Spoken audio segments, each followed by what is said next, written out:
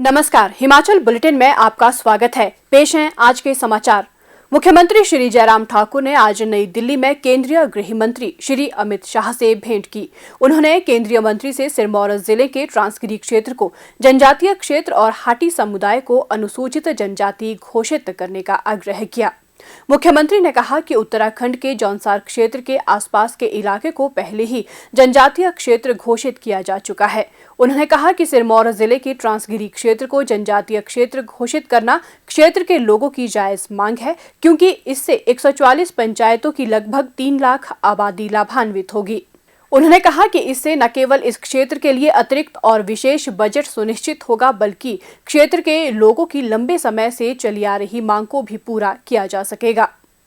मुख्यमंत्री श्री जयराम ठाकुर ने केंद्रीय वित्त मंत्री श्रीमती निर्मला सीतारमण से भी भेंट की। मुख्यमंत्री ने केंद्रीय मंत्री से राज्य के सेब उत्पादकों के हित में सेब पर आयात शुल्क बढ़ाने का आग्रह किया। उन्होंने कहा कि दूसरे देशों के सेब भारतीय बाजार में आ रहे हैं, जिससे राज्य की सेब अर्थव्यवस्था प्रभावित हो रही है। उन्होंने औद्योगिक विकास अनुदान योजना को 2 वर्ष और बढ़ाने का भी आग्रह किया। उन्होंने कहा कि ये योजना चालू वर्ष में समाप्त हो रही है। मुख्यमंत्री ने मंडी हवाई अड्डे के निर्माण के लिए विशेष केंद्रीय सहायता उपलब्ध करवाने का भी आग्रह किया। उन्होंने हिमाचल प्रदेश के लिए विशेष केंद्रीय सहायता बढ़ाने का भी आग्रह किया। उन्होंने केंद्रीय मंत्री को आगामी वित्त वर्ष के लिए प्रस्तुत किए गए बजट में महिला सशक्तिकरण योजनाओं पर अधिक ध्यान केंद्रित करने के संबंध में भी विस्तार से जानकारी दी। मुख्यमंत्री श्री जयराम ठाकुर ने केंद्रीय ऊर्जा मंत्री श्री आर.के. सिंह से भेंट कर उन्हें अवगत करवाया कि राज्य शीघ्र ही हरित राज्य बनने की ओर अग्रसर है। उन्होंने राज्य की थर्मल पावर प्रतिबद्धताओं को पूरा करने के लिए मंत्रालय से सहयोग का आग्रह किया। उन्होंने कहा कि वर्तमान में राज्य में केवल 2000 मेगावाट की थर्मल ऊर्जा का उपयोग किया जा रहा है, जबकि शेष हरित ऊर्जा है। उन्होंने कहा कि अगर राज्य को उपयुक्त सहायता उपलब्ध करवाई जाती है तो हिमाचल प्रदेश 100% हरित ऊर्जा उत्पादन करेगा और इसे प्राप्त करने वाला देश का पहला राज्य बन सकेगा। हिमाचल प्रदेश प्राकृतिक खेती राज्य बनने की ओर तेजी से कदम बढ़ा रहा है। राज्य में आरंभ की गई प्राकृतिक खेती के सफल परिणाम नजर आने लगे हैं।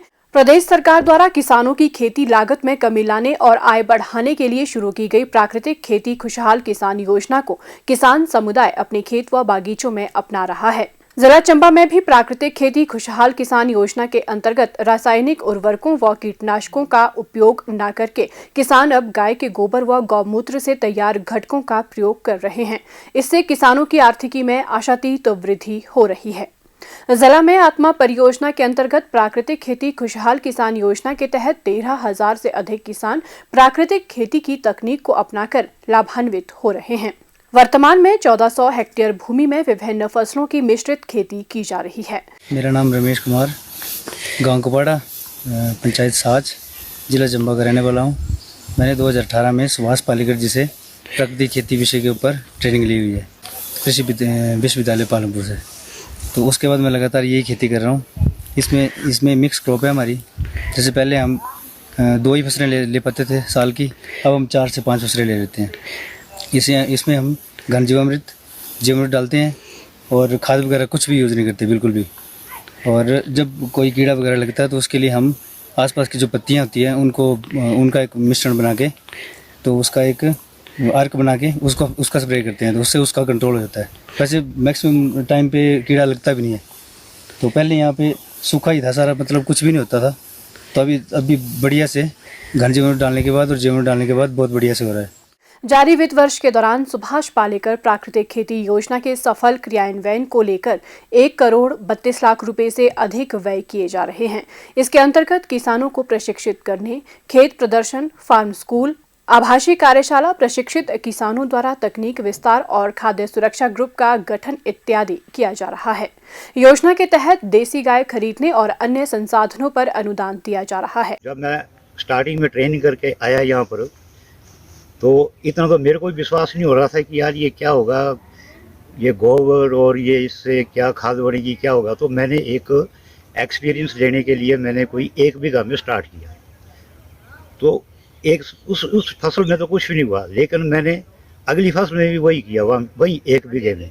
तो मैं देख रहा हूँ कि रिजल्ट बहुत अच्छा रहा मेरे को। और जो भी दवाइयाँ जो 1 500 ml की दवाई जो है वो आपको 1800 2000 में आएगी, वो आप फ्री में बना लेते हैं घर में। प्राकृतिक खेती से मिट्टी में मौजूद लाभदायक देसी केंचुए और सूक्ष्म जीवाणुओं की संख्या बढ़ने से मिट्टी की उपजाऊ क्षमता बढ़ती है। इस विधि से फसल उत्पादन की लागत कम होने के साथ पैदावार लगभग दोगुना हो जाती है।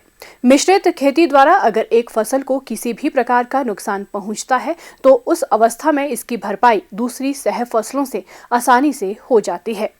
हिमाचल बुलेटिन देखने के लिए सब्सक्राइब करें YouTube channel IPR Himachal, follow करें ट्विटर @DPRHP, लाइक करें Facebook page information and public relations department Himachal Pradesh, visit करें वेबसाइट www.himachalpr.gov.in। इस अंक में इतना ही, कल फिर होगी मुलाकात, दीजिए इजाजत, नमस्कार।